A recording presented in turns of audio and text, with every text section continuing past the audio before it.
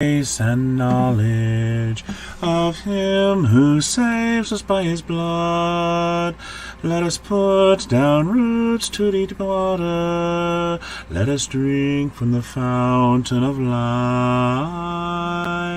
And we shall be like trees planted by the waters, planted by rivers wide and deep. Trees green and fruitful, bearing fruit of love in the vineyard of the King. Come, let us grow in the grace and knowledge of God's Spirit by which we're sealed, studying the riches of his word. Let us eat of the bread that he gives, and we shall be like trees planted by the waters, planted by rivers wide and deep. Trees green and fruitful, bearing fruit of love in the vineyard of the King. Come, let us grow in the grace and knowledge of he who calls us by his Son. Let us gather now at his table. Let us feast on the richest of food. And we shall be like trees planted by the waters, planted by rivers wide and deep. Trees green and fruitful, bearing fruit of love in the vineyard of the King.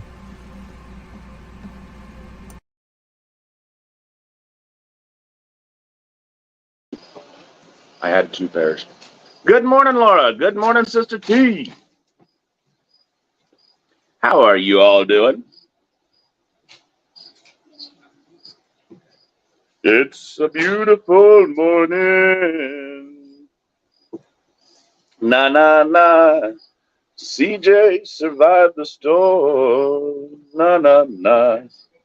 Hello, CJ. Yeah, I heard it. I told him it was funny because I sang that song last night during EE. I did. Alicia's over there smirking as she does tagging on my timer phone. Throwing toys around, Shua. You know it's not good to be throwing a fit. Morning, Maureen. Good to see you. Good evening, Sam. Good to see you, too.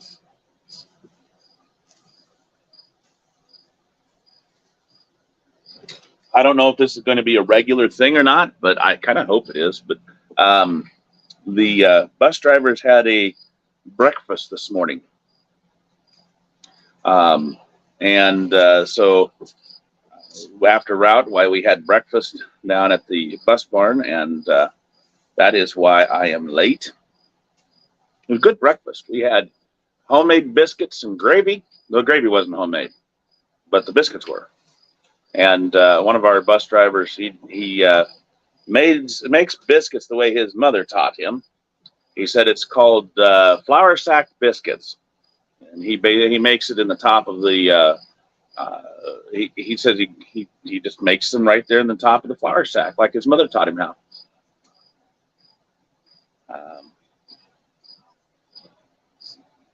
Love you. Love you, though. So he says he got up at 11:30 last night and made biscuits. Like, why did you wait till 11:30? Why not just get up early, a little extra early this morning and make biscuits? Anyway.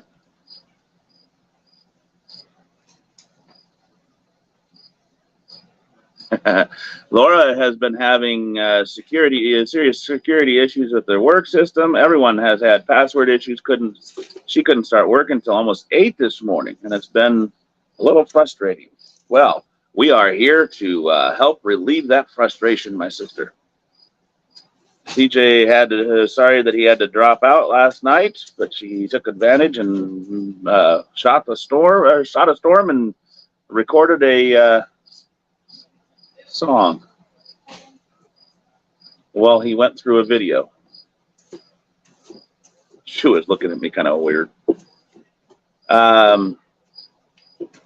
Now you're going to have to clean that off because it's got all that dirt and stuff on it.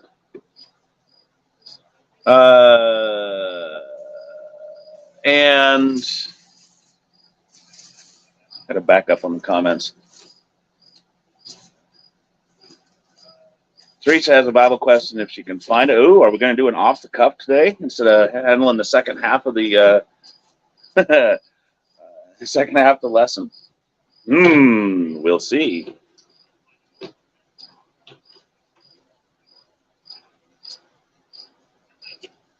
Maybe because it takes a while. Typically, biscuits takes about 10 minutes to make and 20 minutes to bake. Hello, Heather. Good morning. And yes, I know what I know because I've made them. Now, unless you're Alicia, who's just learning how to make biscuits, then it takes a little bit longer. So, and that's not just Alicia, that's anybody. But Alicia's sitting over there, so I got to poke at her.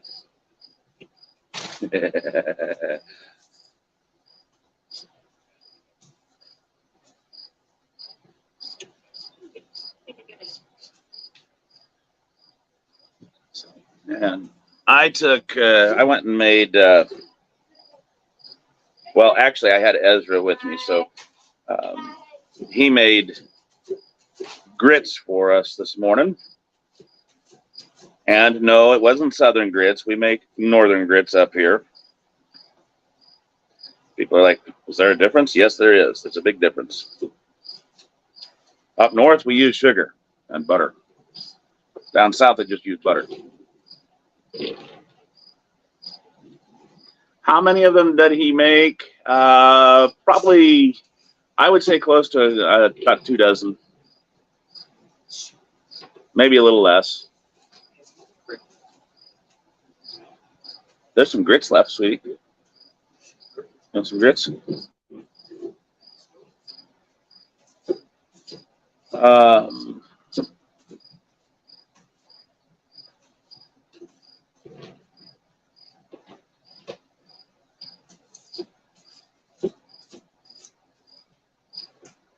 I'm just thinking he doesn't want to have to get up quite so early.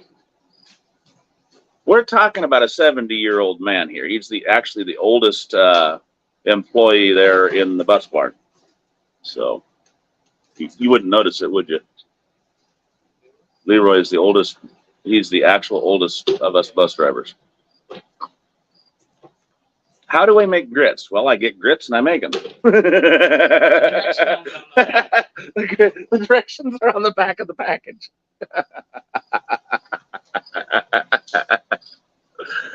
Yes, lesson 59 is a 2-part. Hello, Debbie.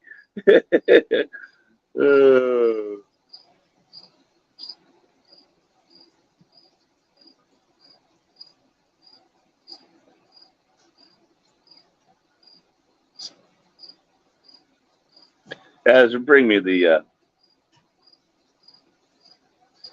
grits package. Basically, you're going to put your measured amount of grits into the measured amount of waters, and you put it over the stove. But you put the water and a little bit of salt. You bring it to a boil. You add your grits in, stir it in, and you want to do that slowly so that you don't create lumps. And you bring it back to a boil, and that'll be, it'll be cooked. Until it's cooked.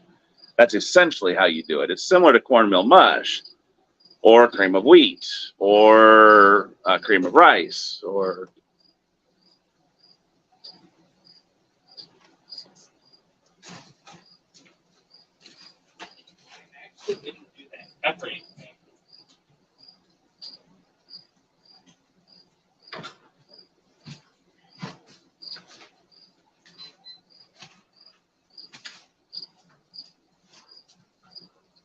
yeah, in a saucepan, slowly stow in grits. Yeah, slowly stir in grits into boiling water. Reduce heat to a medium-low. Cover. Cook for 4 to 5 minutes or until thickened, stirring occasionally. So that's for cheese grits, though. Cooking instructions, servings. If you want 1 serving, you use a 1/4 cup of grits. 6 servings, you go all the way up to 1.5 cups. The water goes from 1 cup to 6 cups, and salt, you either go a dash to a 1/2 teaspoon. And then, like I said, you slowly stir in the grits in the boiling water. You cover, reduce heat over medium-low. Cover and cook for 5 to 7 minutes until thickened, stirring occasionally. Remove from heat. Add butter and sugar to taste if you like northern grits. If you don't, then don't. I also like to add a nice, lovely fried egg on top of mine. That comes as a habit from my dad. He likes southern grits with the fried egg. Our bus driver, Leroy, that we were just talking about, who makes the biscuits, he actually likes his with the egg and gravy on it.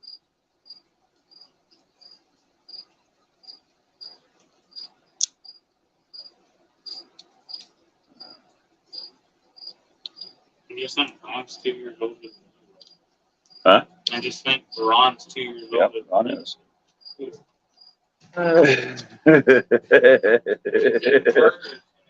Teresa's laughing over that previous comment. Even harder to know that Ron cooks that. And Debbie says, well, you're going to know it's gritty if it's not done. What is grit? Okay, CJ is going to be here for EE tonight. Heather says, my kids are eating cream of wheat right now. Yummy. Did you do it with butter and a little bit of brown sugar or white sugar? What is grits? Grits are actually corn. To be quite honest, it is similar to hominy. The difference is the amount of time that the corn is soaked in lye. Hominy is soaked in lye for a longer period of time than what grits are.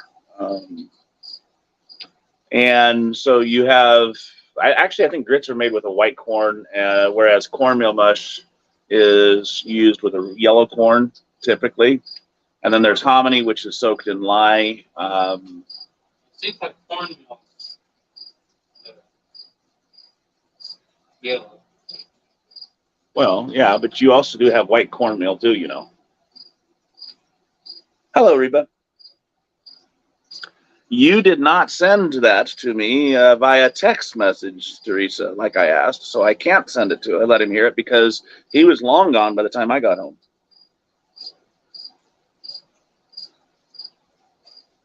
Yes, perhaps. Didn't I say to be fair, or did I say to be honest? Sean is rubbing off on me. To be fair, to be clear, that's a better one. To be clear, because I'm not 100% certain how long they soak the grits in it, but I do know that they soak grits in lye because it comes out with a white corn. Anyway.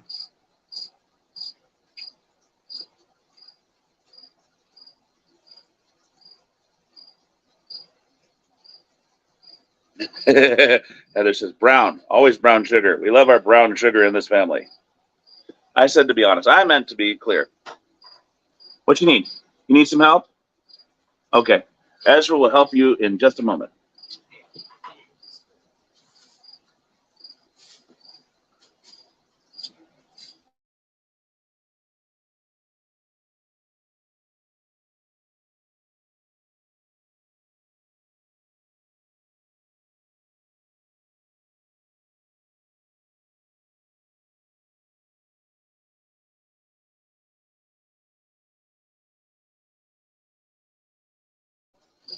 You're going to have to record it and send it to me via text, Teresa. Debbie says, I love the dark brown and more flavor. Yes. Yes, CJ. I failed. So that all mostly here is brown sugar. That is a sugar not bleached. I have had brown sugar in a while. You haven't had brown sugar in a while? Brown sugar, amazingly enough, is sugar that has not had the molasses removed from it. Or if you're ever low on brown sugar and you need it, simply go to the store, get some black. Well, I mean, if you always keep some molasses on hand. But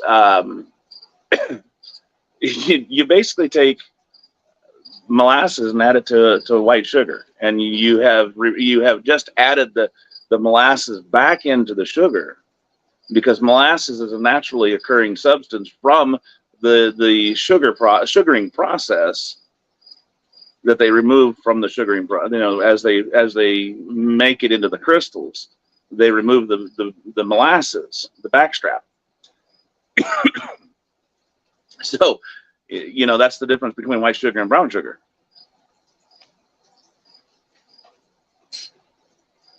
Yes, I have it, Teresa. So if you want brown sugar, just simply add some molasses to it. Voila. Teresa, he won't be home until like 6 o'clock tonight.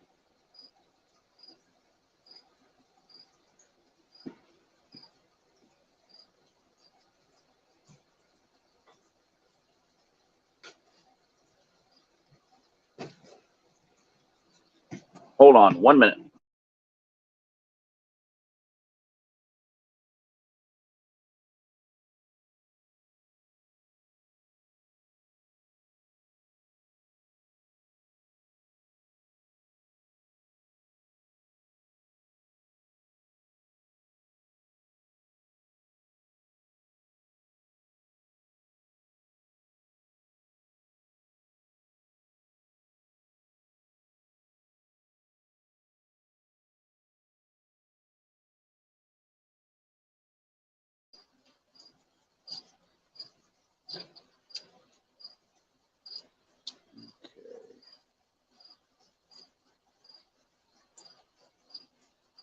I'm actually headed over to Matthew 27 right now, so I can actually see what you're talking about.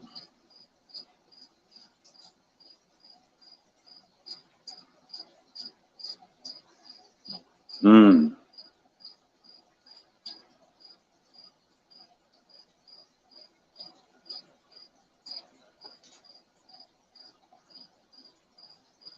Oh, that's going to be that should be relatively easy question.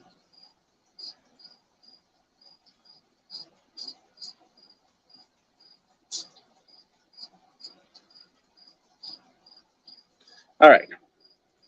Debbie was making cookies one time and realized that she was out of white sugar. I actually substituted it with brown.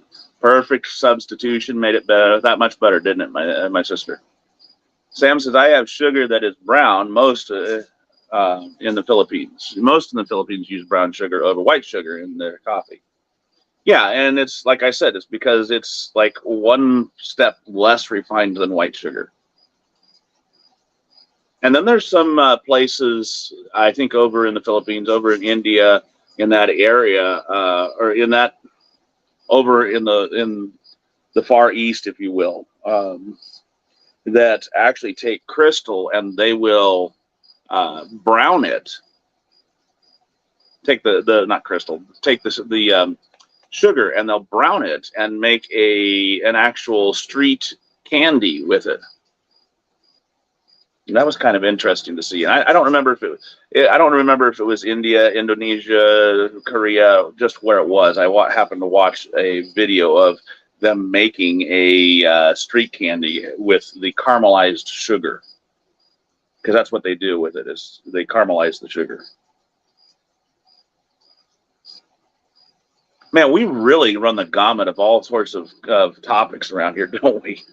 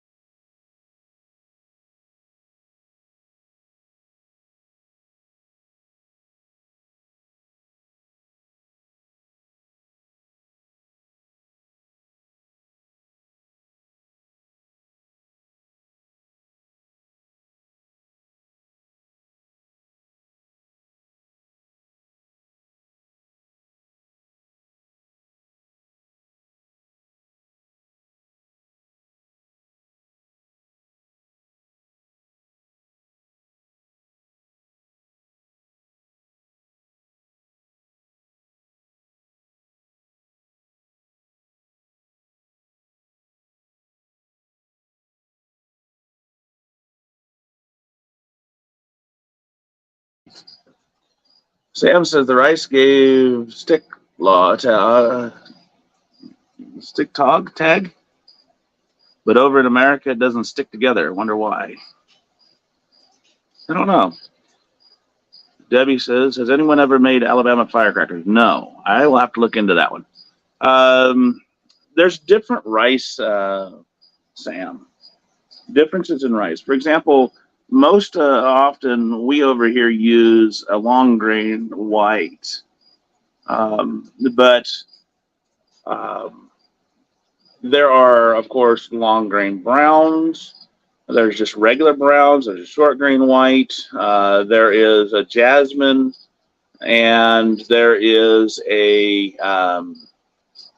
well, my sister-in-law, who's from Okinawa, put me on to one that they use over quite often or quite prolifically over in Japan called botan. And this rice, it's a cal rose. And the funny thing is the purveyors of botan brought it over from Japan, Okinawa, and now they have become the #1 exporters to Japan. It's the only one that the Japanese will actually import. So, yes, send me the recipe if you would, Debbie.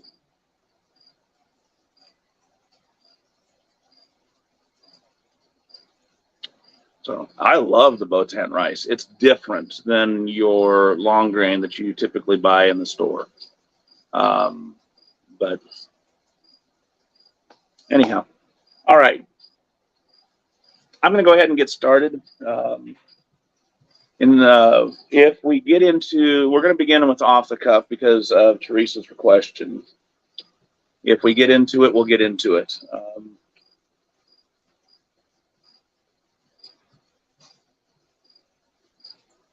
If we get into the lesson 59, we'll go to that way. Otherwise, look for us to finish lesson 59 tomorrow.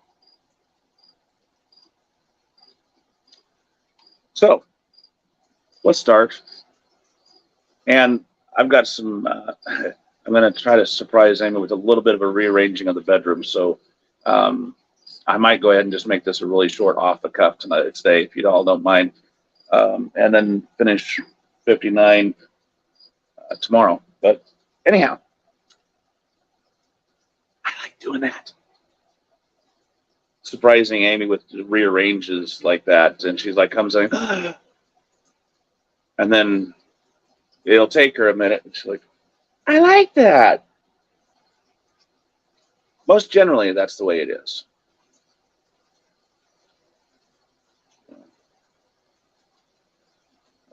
In all of our 23 years, I don't think there's been one time that she has disliked the arrangement. Now that might be just because she didn't want to didn't want to hurt my feelings. But anyway, all right. I am on tech by myself today because Amy and Alicia went to town, and Ezra is doing the rearranging right now at the moment for me. Well, Ezra and Shua. You helping, Shua?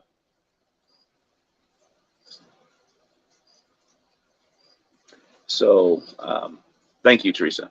So it is just me on tech. Here's the question. Matthew 27, 46, and 52 through 53, where he calls for Elias, and then in 52, where the bodies go into the holy city. Thank you, Debbie. She has a question over this, and the question is, what happened, essentially, I'm guessing. If I'm wrong, or if you want to elucidate on that or give us a little bit more clarity, Teresa, go ahead. Let's read 26 through, Matthew 27, 46 through 53. And about the 9th hour, I need to actually present this before I get going because I didn't do that earlier. There we go. Now, whoops. I love how I did that.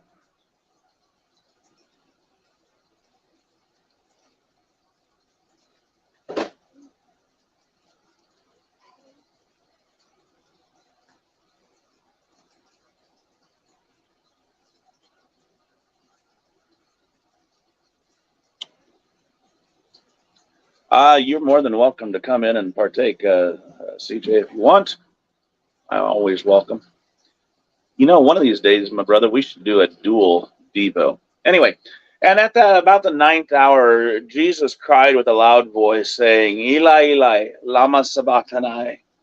That is to say, my God, why hast thou forsaken me? Some of them that stood there, when they heard that, said, This man calleth for Elias. And straightway one of them ran and took a sponge and filled it with vinegar and put it on a reed and gave him to drink. The rest said, Let us see whether Elias will come to save him. Jesus, when he had cried again with a loud voice, yielded up the ghost. And behold, the veil of the temple was rent in twain from the top to the bottom, and the earth did quake, and the rocks rent, and the graves were opened, and many bodies of the saints which slept arose, and came out of the graves after his resurrection, and went into the holy city, and appeared unto many. Now,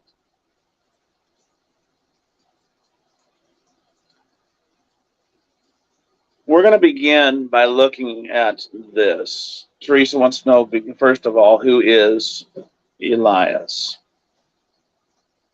Very simply put, this is the Greek word for a Hebrew name. Can you guess the Hebrew name?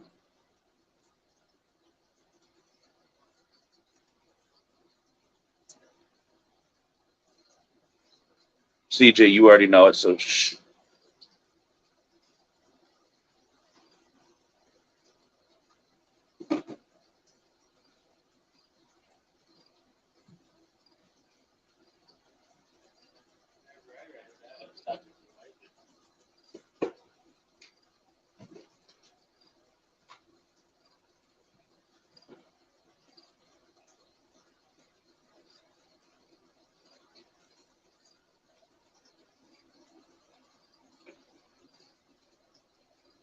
Thank you, CJ. Debbie says she thought it was John the Baptist. The Greek name here is Elijah. It's Elias is the Greek name for Elijah.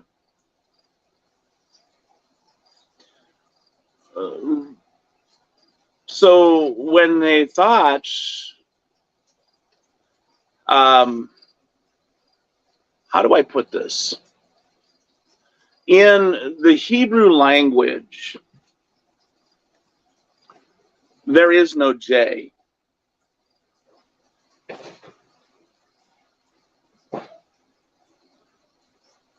There is no J.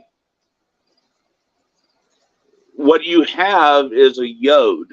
The Hebrew letter is actually yod. So if I take us back,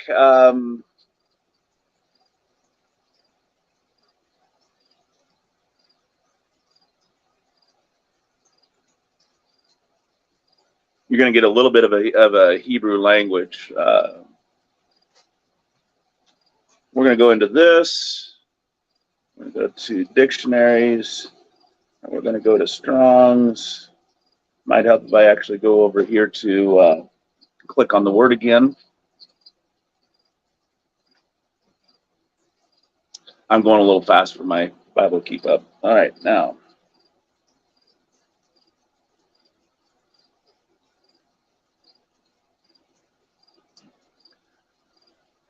What you see here is this is the actual spelling. Well, technically, this is the actual spelling of the name Joshua. And the first letter you see, by the way, remember, or maybe you don't know, but Hebrew is spelled right to left, not left to right. So what you have here is not this letter here is not the J. This is. And more specifically, what we would commonly call today the apostrophe is the J. The two dots you see below that is actually a vowel. And this, the two dots below are what is known as a tittle. The original Hebrew language had no vowels whatsoever. And so when you read David, for example, it was the letters DVD. And no, it didn't stand for digital video disc. It was, CJ's laughing. But you had DVD. It was later on that they brought in the Aleph and the, what was the I? Well, anyway, the A and the I. Aleph would be the A, and I'm trying to remember, I think it's here, Aleph, Bet, Gimel, Dalet. I think it's, I've forgotten most of my Hebrew letters. So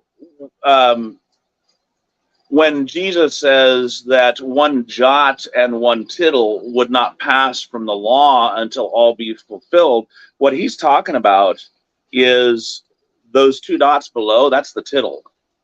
And in some of the words, what you would see is an actual line, and that is the jot.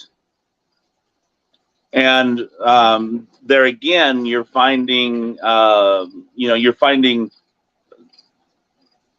not one stroke as it was, and one dot of the law would pass away. Now,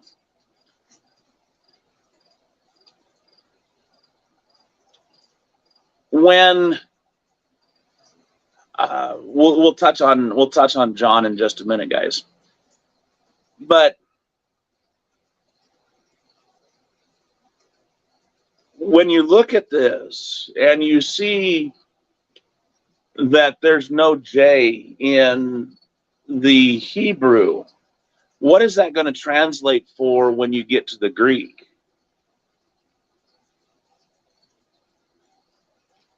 It's going to be the same, by the way, in the Latin. There's no J in Latin. That's why you have, instead of, while it's spelled jalapeno, it's actually pronounced jalapeno in the Hispanic languages, because they have the same root, the Latin language, the Iberian root, as it were.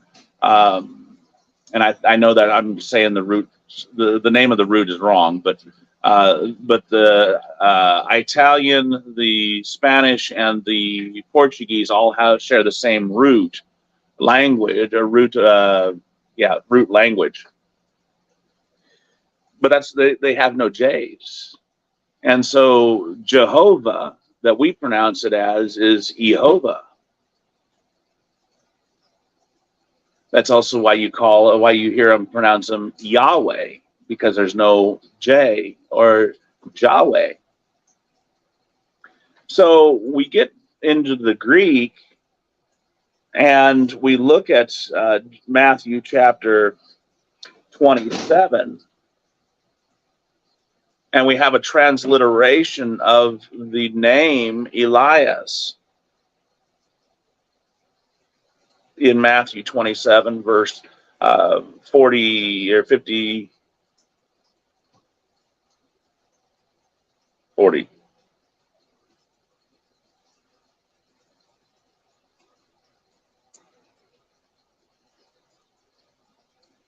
$46.47. Matthew 27:47.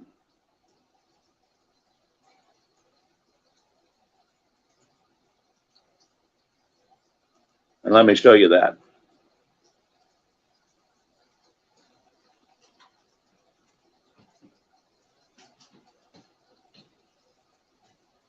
And what you're seeing here then is Elias, which is Elias or Elijah.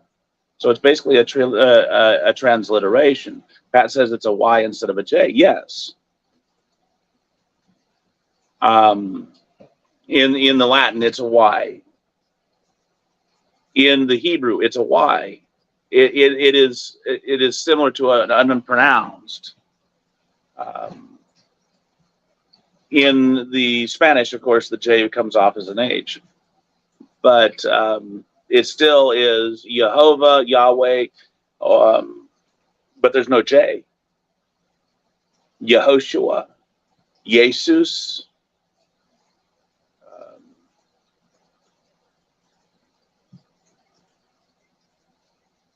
And by the way, that one little letter changes meaning quite drastically. For example, you all know that my oldest son, his name is Oshea, or in the actual Hebrew, it would be Ashe, O-S-H-E, Ashe. And when God changed Ashe's name to Joshua, as we pronounce it, or Yahshua, it went from Ashe, which means he will deliver, to God will deliver, or God he will deliver. So just by putting that J or that Y, the yod on the front, it became different. Jose instead of Joe, Juan instead of John.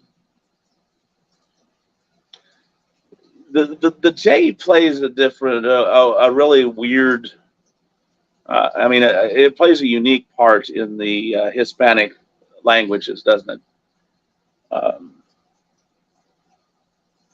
And I don't know why it's not doing it on your end, so that's good.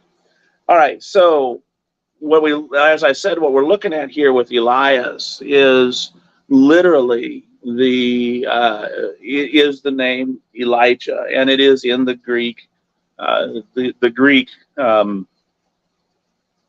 rendition here. Now, why would they think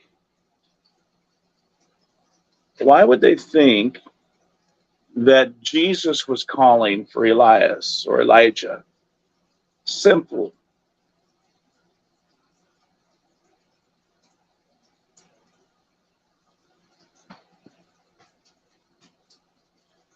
The very first word that he uttered, Eli.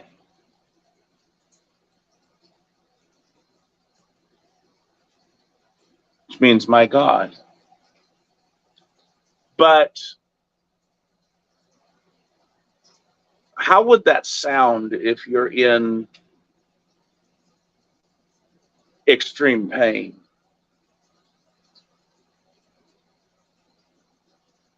When we read it Eli, Eli, lama sabachthani. Or as Luke puts it,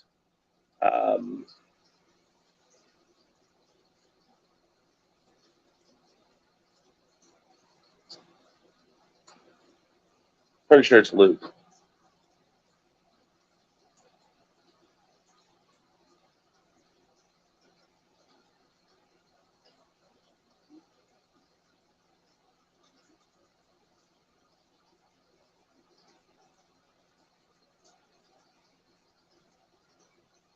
Is it Luke or is it Mark? Mark or John?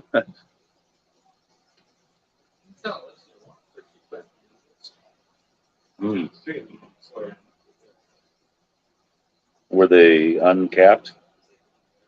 Just like this. I think she had a spill.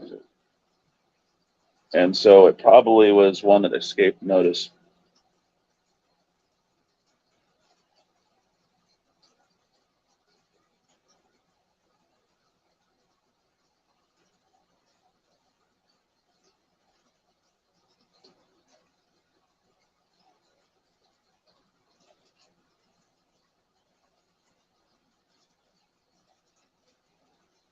There it is. Mark.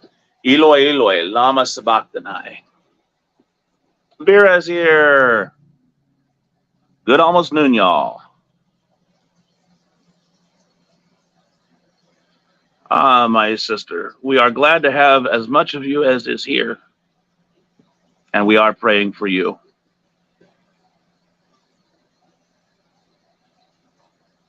Yes, some have names that are spelled like Jesus. That is because they are Jesus or Jesus. Anyway, so how would that sound if you're in extreme pain?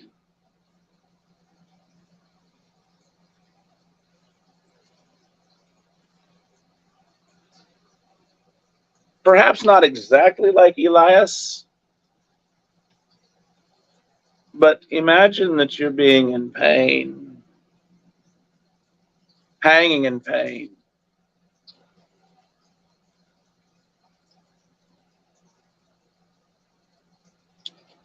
And as you're gasping there for breath, you gasp out, Eli, Eli, lama sabachthani. Does that change? Does that change what you heard?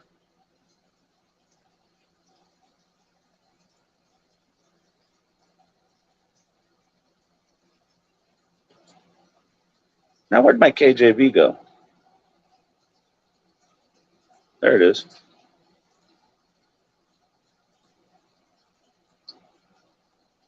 Maureen says probably gasping, right? Debbie says probably saying words that you normally wouldn't say.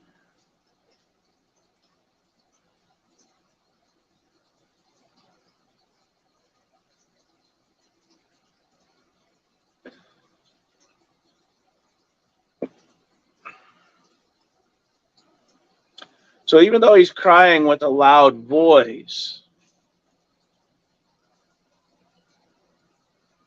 it doesn't say he's crying with a clear voice.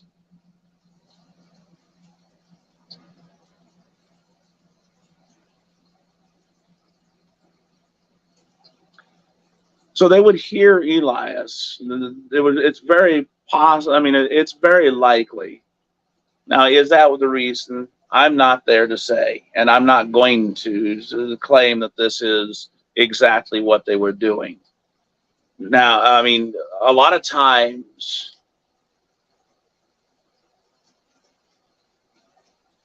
um,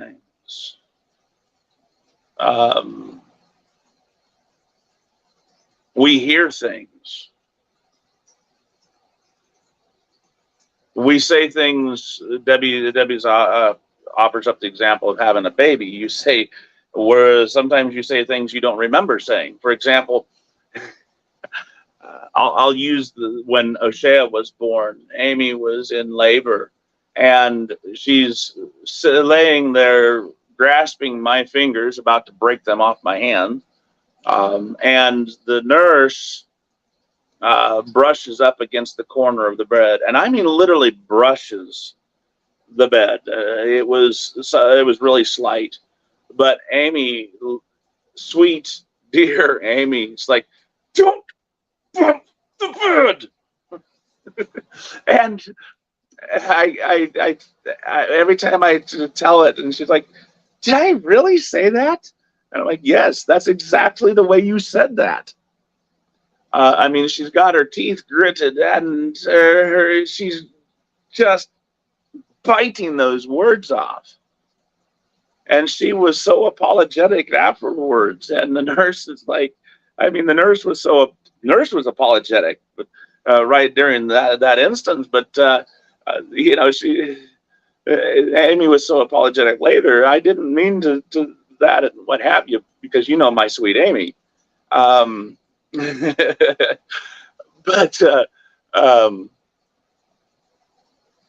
I'm not saying that that's what happened, because the Bible says, Eli, Eli, lama sabachthani. Mark records that Eloi, Eloi, lama sabachthani. And people will also deliberately mishear. And remember, these are people that have been deliberately mocking Jesus. He saved others, let him, so, right.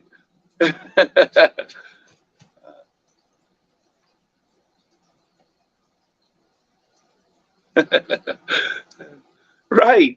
These are extenuating circumstances. So, I mean, I say this to bring attention to reasons why people would hear why they might possibly say that he called for Elias.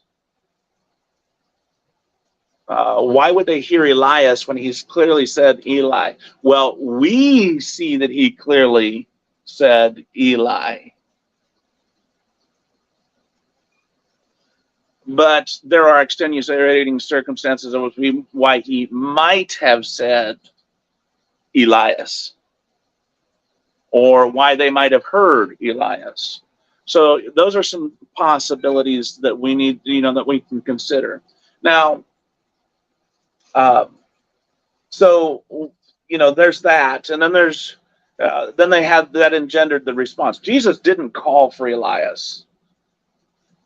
Jesus called out to God in the depths of despair, in the depths of pain and anguish, when he felt as if God had forsaken him and left him in this torment. But people heard it and either mocked him or well, we can see what they did. People heard Elias. Some of them went and got him a drink, knowing he was in such agony. Gave him that vinegar, put on a reed, gave him to drink. Remember, we talked about the vinegar mixed with gall.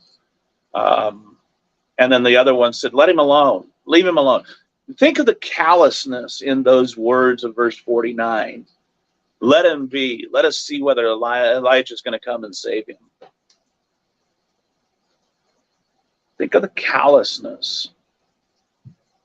People willing to see, to look on this. And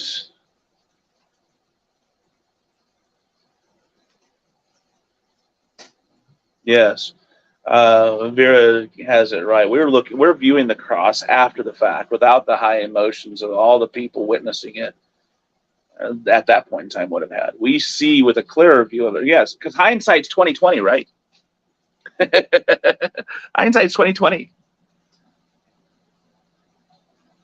They were witnessing from an emotional perspective. Pat says again, you guys are really nailing this. The Holy Spirit inspired the writer to write exactly what he said, and to write exactly what those mocking him thought he was saying. Right. I love that. Thank you. And CJ, don't forget to change this to off the cuff, please. So, if you would be so kind. So, there he is. I changed the size of my eSword screen so I could see CJ's lovely face. Hi.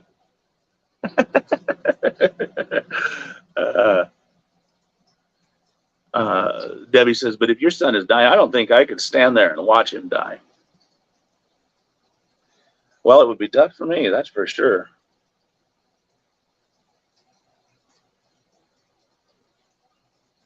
That is definitely sure. So as we're looking at this and seeing this from the hindsight, that y'all are, as you guys are mentioning this, and Jesus then cries with that loud voice, and he yields up the ghost, yields up the spirit. Behold, and then of course we talked when we went through Matthew 27 about the veil of the temple. But we get down to verse 52, which is where we come again about the graves were opened. Many of the bodies of the saints which slept arose. Now, this is an interesting passage. There were saints that were sleeping, men and women who had been faithful to God. Now, how long they had been dead, I don't know, and really, I don't care, because God didn't see fit to tell us how long they were there. But I do know this. One, they arose. Two, as per God's vision to Elijah, or not Elijah, rather, excuse me, Ezekiel, does it really matter when we were dealing with God how long a person has been dead? He can create skin and bones and organs and everything. Well, skin and bones. He can create skin and muscles and organs upon bones in an instant. No, if he so desired to. And three, it really doesn't matter. Can you imagine these graves and people and faithful servants of God who had slept coming out of those graves? Now, in verse 53, what we see is that these people didn't come out of the graves right away. Oh, sure, they arose right away. But notice 53, it says they came out of the graves after his resurrection.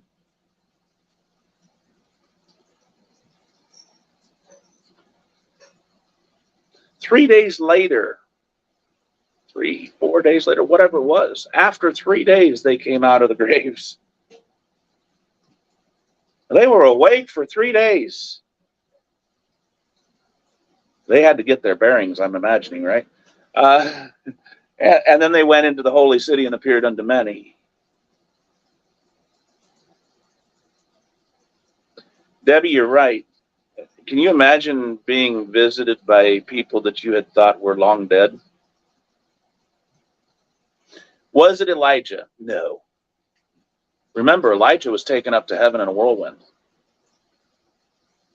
course, we're never told it wasn't Elijah. But his body wasn't in the grave. We don't know what happened to his body because he was taken up to heaven in a whirlwind. Don't you think that's a fair point, CJ? I mean, what happened to Elijah's body? They went looking for 4 days for his body and couldn't find his body.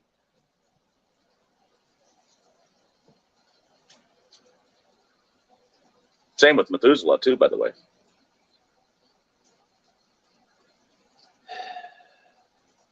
Well, there's that too, Debbie. But many of the saints that were sleeping arose. Can you imagine having been in paradise and suddenly being forced, being made alive, coming out and appearing to many people? The holy city, that's a good question. And quite frankly, the simple answer is Jerusalem. The holy city, you see, originally, the original holy city is Jerusalem, the city of peace. And let me see.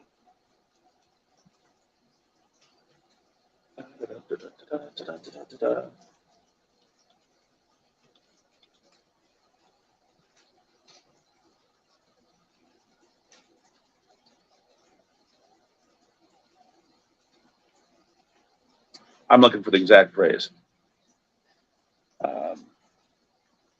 Nehemiah 11 verse 1 is the very first time the phrase holy city is used. So let's go to Nehemiah 11 and verse 1. And since I'm the one running the e-sword, that's where we're going.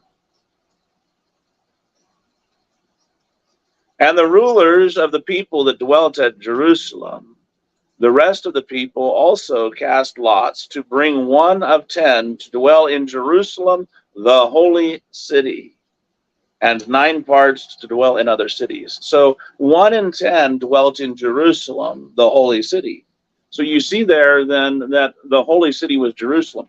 Later on, in the New Testament, what we see is the new Jerusalem, the new holy city.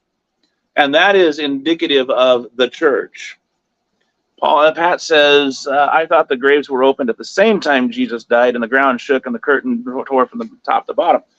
The graves were opened at the same exact time, Pat. You're right. Back down. But the people did not come out until after the resurrection.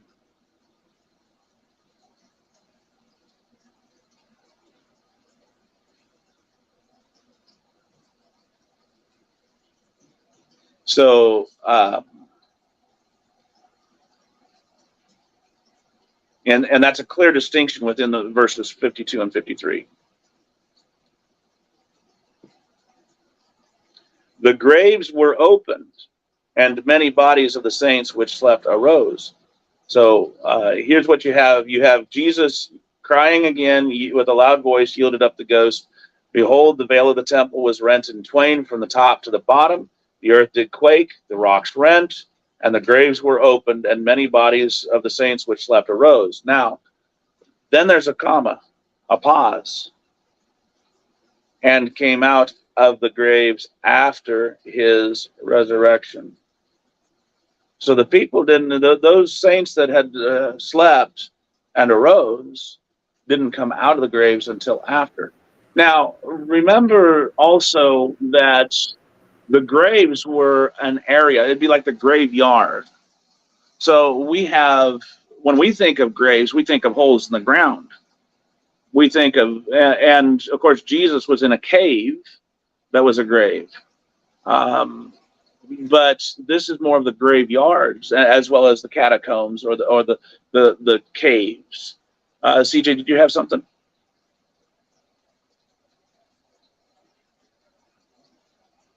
I saw you activate.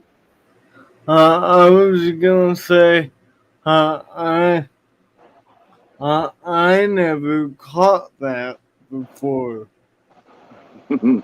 Will this be connected then to? Well, maybe not. Does First Corinthians 15 come into this somehow, and is that shadowing the order of the resurrection? I think Pat had it said right. He's the first to rise. He's to rise first. Well, I mean, there was a lot of people that had risen before Christ. For example, we have Jesus raised the widow of Nain's son. He raised Lazarus. We have Elijah, I believe it was, raising the Shunammite, or was it Elijah? No, it was Elijah, I'm pretty sure. Raising the Shunammite widow's son, or woman's son. So, I mean, there was other people that had been raised from the dead, but Jesus was the firstborn of the dead, never to die again. It's interesting. We don't know what happened to these people, right? Well, they would have died again. That would be a weird occurrence, wouldn't it? Just like Lazarus died again. Because Jesus was the firstborn of the dead, never to die again. Right, yeah. And so we know that the resurrection where we all go to eternal life is not going to happen until the end of time. Right? Isn't that what isn't that what Paul said in 1 Thessalonians chapter 4? Right. Yeah. So you mentioned perhaps, Debbie mentioned perhaps another gospel might say it a little bit different. So let's look at some of the other gospels in regard to this.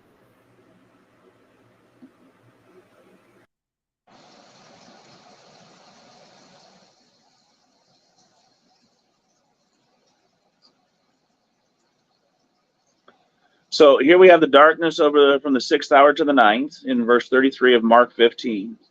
Then Jesus crying out, Eloi, Eloi, lama sabachthani, which is being interpreted, my God, why hast thou forsaken me? There's the sum of it. Behold, he calleth for Elijah. There's the vinegar. And other ones saying, let alone, let's see if Elijah's going to come down and get him. Jesus giving up the ghost. The veil of the temple was rent in twain from the top to the bottom. When the centurion, now this doesn't even talk about the ground shaking and all the other signs, does it? Not once. And what does this do for us? First off, Mark is recording from a different perspective, and CJ might have a better handle on why that is. Each gospel handles it from a different perspective, and it was written to a different audience. Luke's, for example, written to Theophilus, was a very clinical, very historical, line by line type of an account,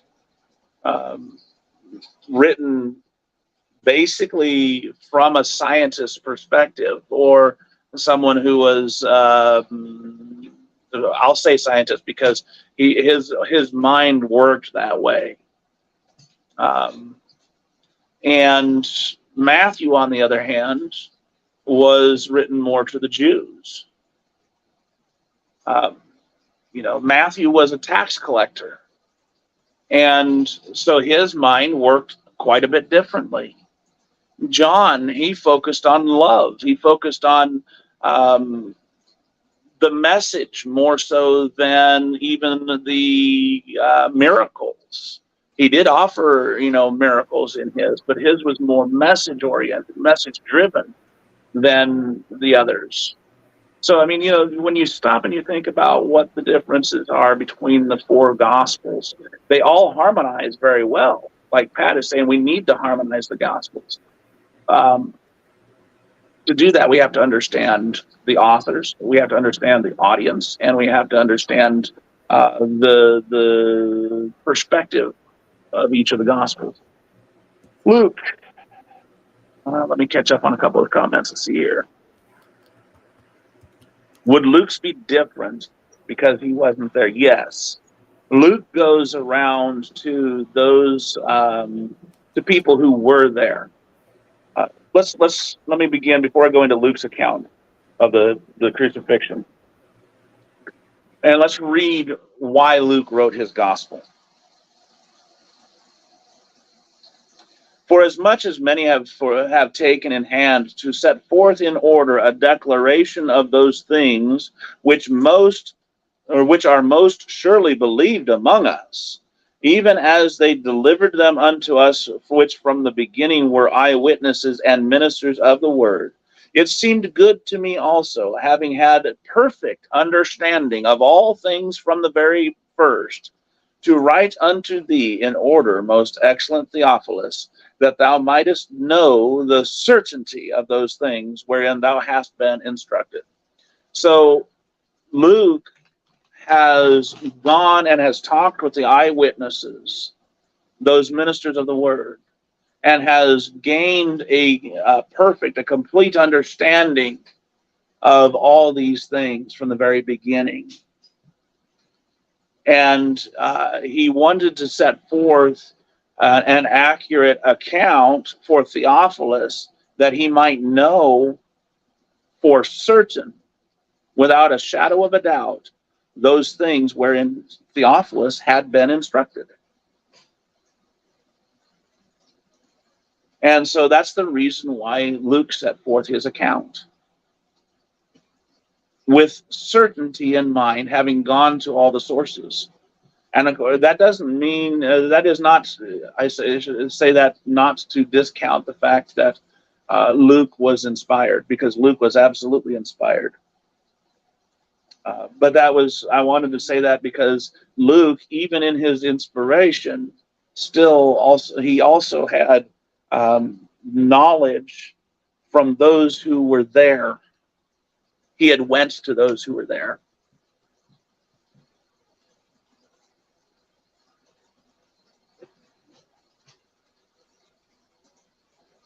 Now, here we go. Jesus out asking for forgiveness for those who were doing that. Then Jesus and the two malefactors, or the thief on the cross. Here's the death of Jesus. 6th hour, darkness over the earth till the 9th hour. That's from noon till 3 o'clock, our time. The sun was darkened, the veil of the temple was rent in the midst, and then Jesus cries with a loud voice, and he says, Father, into thy hands I commend my spirit. And having said this, he gave up the ghost. And again, we don't go and we pan out, as it were, in Luke's account, looking at the reaction of those around to what was going on, but we don't see what Matthew recorded.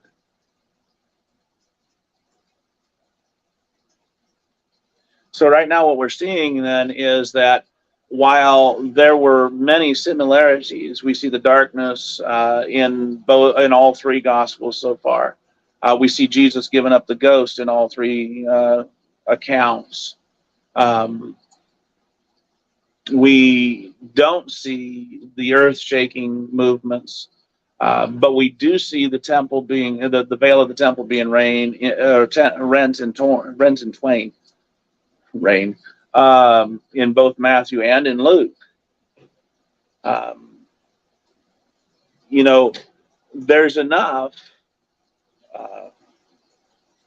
There's enough agreement then that we are getting an accurate picture.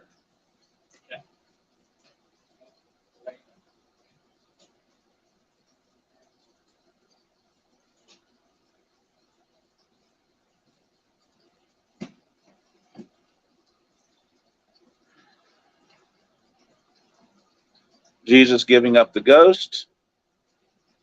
And here's a new one. Jesus' side being pierced. As proof that he was already dead.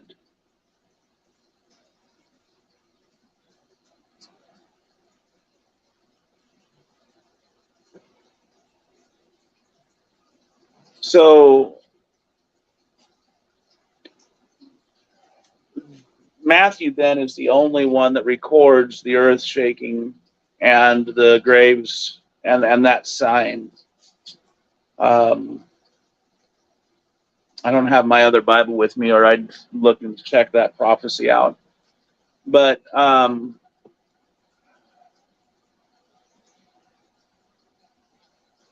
what we have in that account is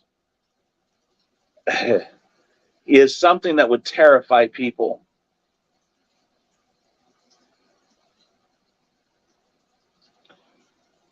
While 53 happened after Jesus' resurrection, 52 did not, and 54 did not.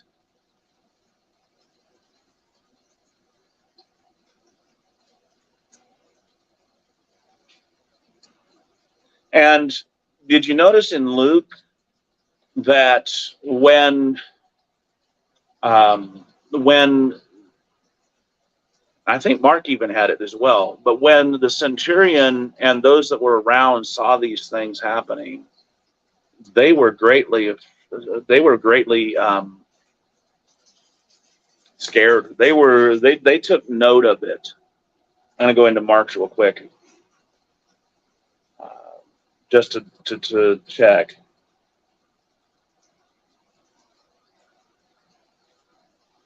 Yeah. So Matthew, Mark, and Luke, all three record that when they saw that this had happened, when they saw the darkness, when they saw those that knew about the temple, the veil, or when they saw, when they felt the earthquake, that stuff, they were scared. This was a great portent. This was a great sign, a great omen. And people back then believed in these things. Everything could be, in such a culture, almost anything could be used as a sign, as a portent or an omen.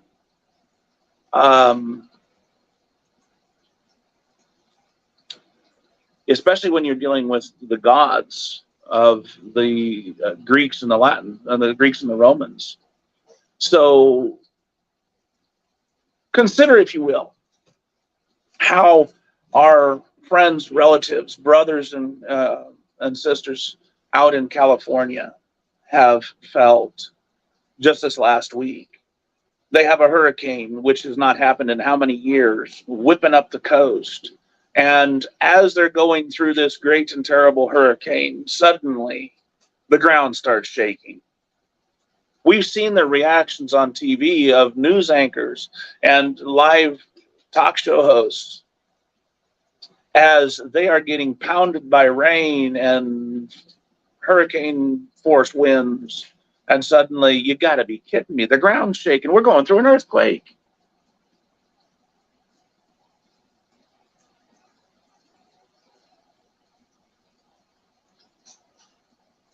Imagine how it would be if you're standing out on a hill and all of a sudden the sky darkens.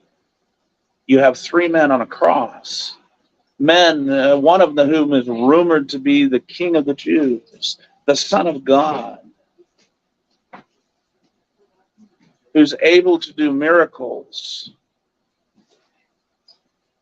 And he's hanging up there on the cross, and suddenly the sky darkens. And he cried, he's even refusing the anesthesia that they give the convicts. We talked about that when we went through 27. The vinegar mixed with gall, or hyssop, as John calls it, mentions it. And he's hanging there in pain. And he cries with a loud voice, Eloi, Eloi, lama sabachthani, or Eli, Eli, lama sabachthani.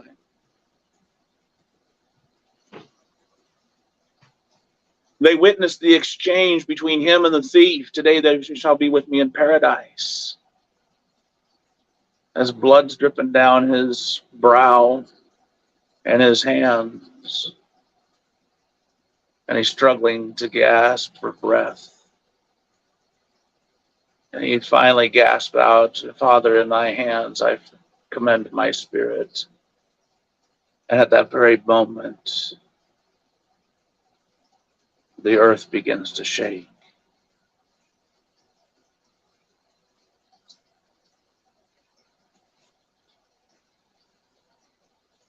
And the sun returns to shining.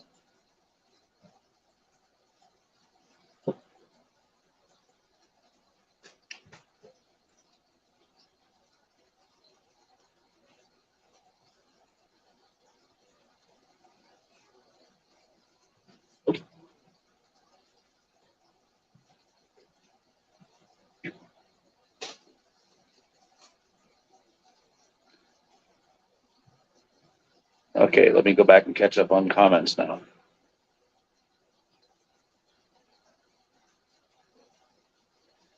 Okay, I mentioned that about Pat's harmonizing. CJ says, I don't want to stay in paradise when I die. I want to go to heaven, but I'd rather stay in paradise until I go to heaven than come back to earth.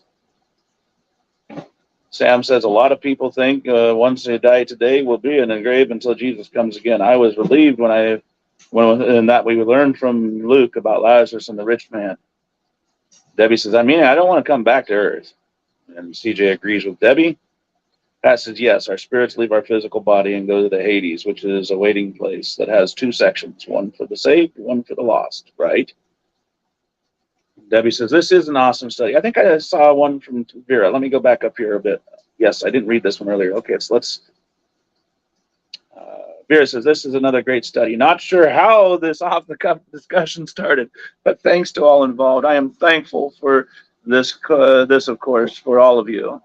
Yeah, feeling a lot better with just being with y'all to study. Oh, I'm glad. Hugs and kisses to you, my sister. And Teresa says, I asked the question, Vera. And Vera says, thank you, sister. Teresa says, I also never thought of it that way, CJ. After reading it and Levi explained it, it makes sense. We need to clean that. Huh? We need to clean it, so let's take it out and get it cleaned. Oh, you're welcome, Teresa. So that passes. Seriously, I gotta again. I'm not sure about that. I don't know if he's got to go again or just what. Debbie says, I only want to die once, and then and once I'm in paradise, I want to stay until she goes to heaven. Okay. That's what engendered CJ's comment about going to heaven. All right. So now that I'm caught up to that point. And then Debbie says, this is an awesome study. I'd be afraid. Well, this study has been on my mind. That's why I asked, and it is a great study. Vera says, just reading about it gives me chills. So I could only imagine the fear I would have witnessing that. Oh, boy, howdy, wouldn't we? Debbie says, think, brethren, when a storm is coming, it's dark, almost black, frightening as the unknown.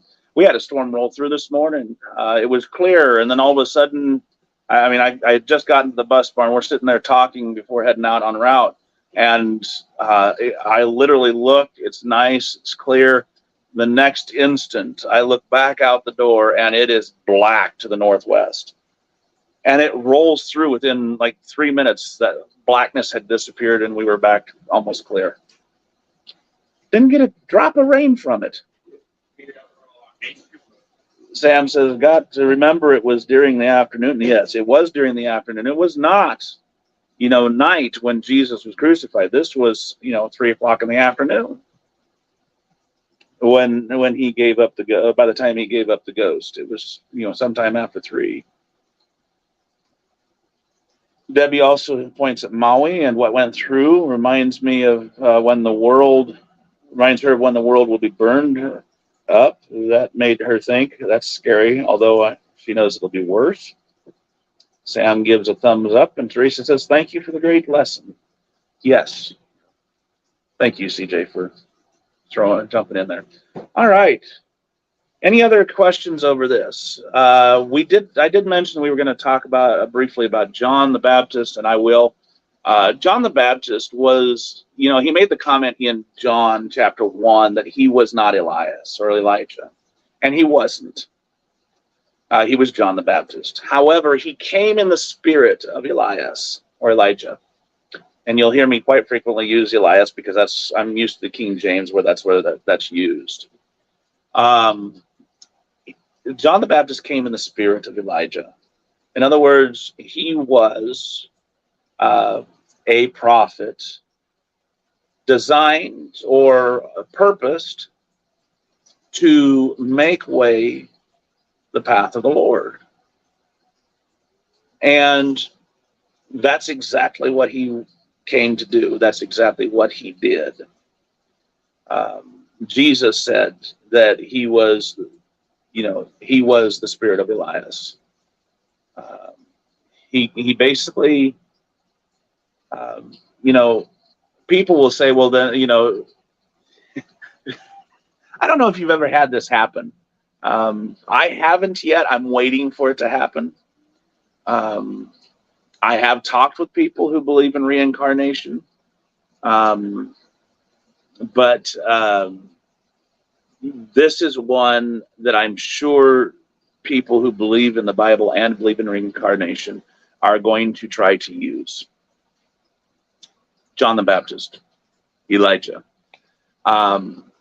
The easiest way around it is John the Baptist came in the spirit of Elijah. He was not Elijah, but he was that Elijah, as in he fulfilled the responsibility, the role of a prophet of God, set to call Israel to repentance, just like Elijah was set to call Israel to repentance. What did Elijah do? Wasn't that the reason why he was there, to confront Ahab and Elijah? And he did that, and he stood for right. Or Ahab and Elijah, Israel and wait a minute. Ahab and Jezebel. Yeah, he was there to confront Ahab and the wickedness of Israel, and that's what he did. He called them back to repentance. Jezebel was part of the wickedness of Israel, right?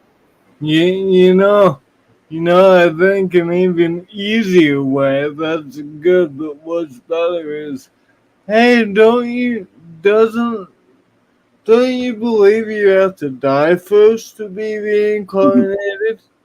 Well, I never died.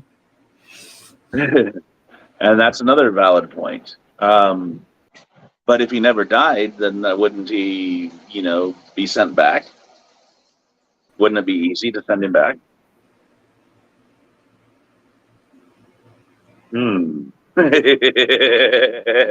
So, again, the thing of it is, he came in the spirit. He came like Elijah, or with the same purpose, to call Israel back, to call them to repentance.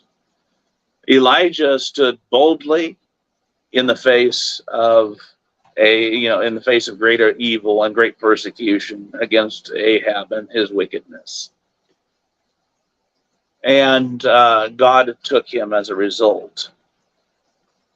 John the Baptist stood against Herod and his wickedness, and he was martyred as a result.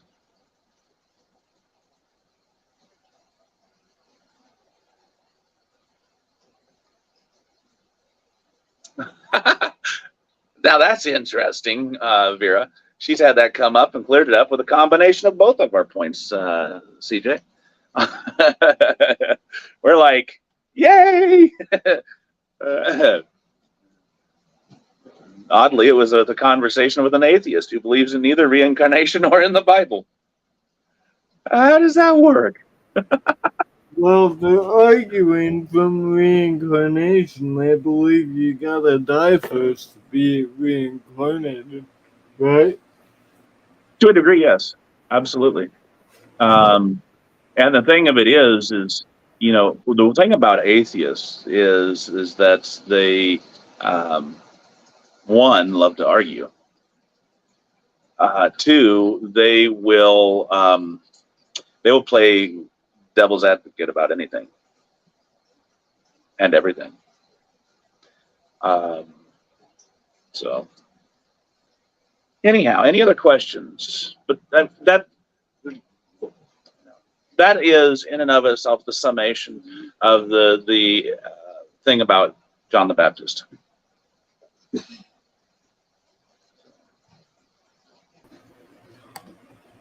I thought you said there wasn't any Baptist in the Bible. Sorry. Slap you, CJ. Don't chase that rabbit. Good study. Pat says they also know the Bible. Yeah, a lot of them do. You're absolutely right.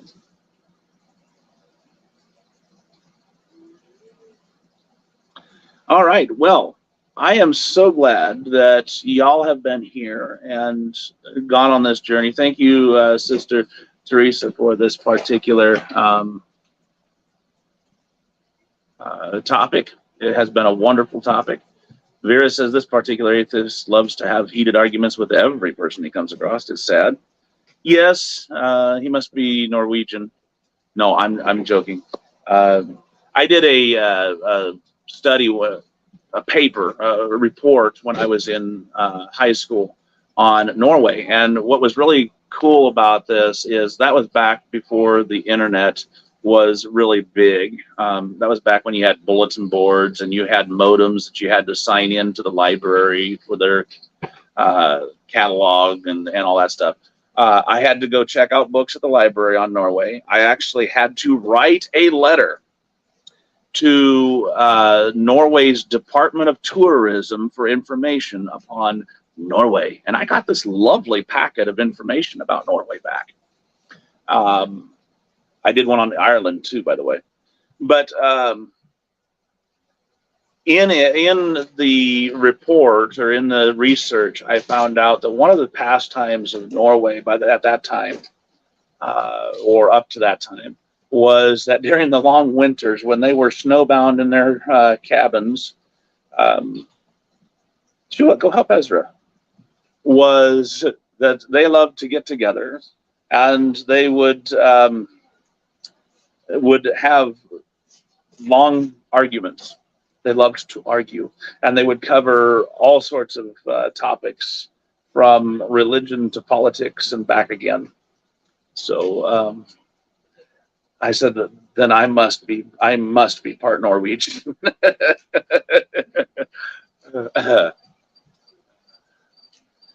Pat says, that's for my earlier comment. I was trying to say that Lazarus may have had what Lazarus may have said about having to die again.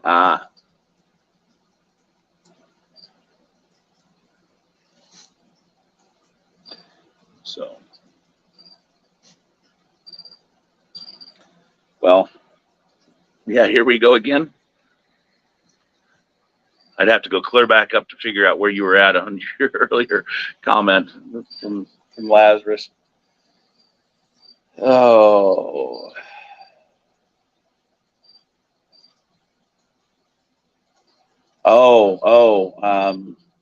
I think I know. I think that's. I gotta go. I gotta again. That's what you were. That's where that comment come from. Okay, gotcha. All right. Anyway, like I was saying, now that we got that cleared up, thank you again for being here and for the topic. It's been a wonderful, wonderful discussion. I hope and pray that you have learned, been edified, and drawn closer to God through our topic and time together. That way, you know, your walk is stronger, your faith is stronger, because that's what we're here trying to do, is increase our faith. Now, go out and practice it. Don't hide yourself behind your computers, behind your TVs. Christianity is not a way of life to be hid. It is not something to be dusted off on a Sunday or a Wednesday, but rather something that you live. It is something that you do and practice each and every day. And I hope and pray that you do that today. Walk with the King. And as you walk, as you live, as you breathe, as you meditate, you will indeed add to your faith devotion. I'll see you then. God bless.